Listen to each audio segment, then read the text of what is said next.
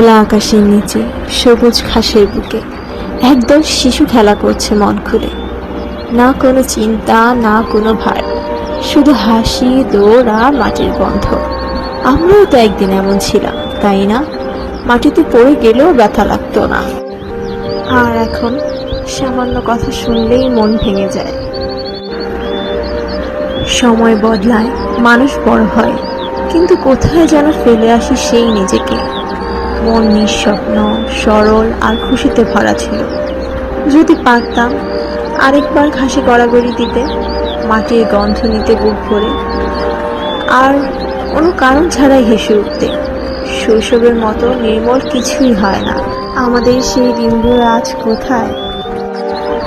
শৈশব মানেই ছিল না ভেবে হাসা, না ভেবে খেলা।